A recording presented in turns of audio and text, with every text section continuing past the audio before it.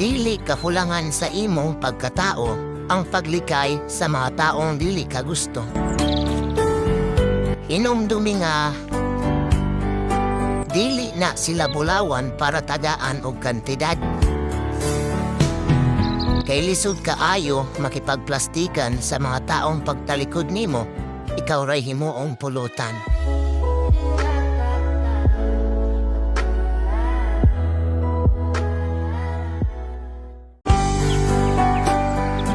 Lisod jud kaayo mahimong buutan sa panahon karon. Kay kung dili nimo sabto ng uban, ikaw pa ang mahimong dautan.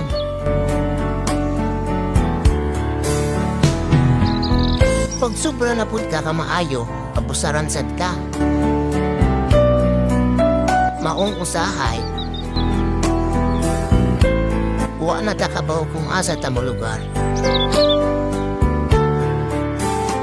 Pero bisan na ay mga tao na ginaabusaran ta,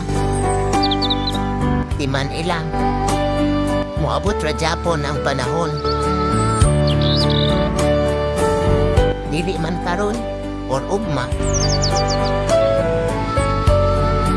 Moabot ra gyapon nimo ang para sa imo ha.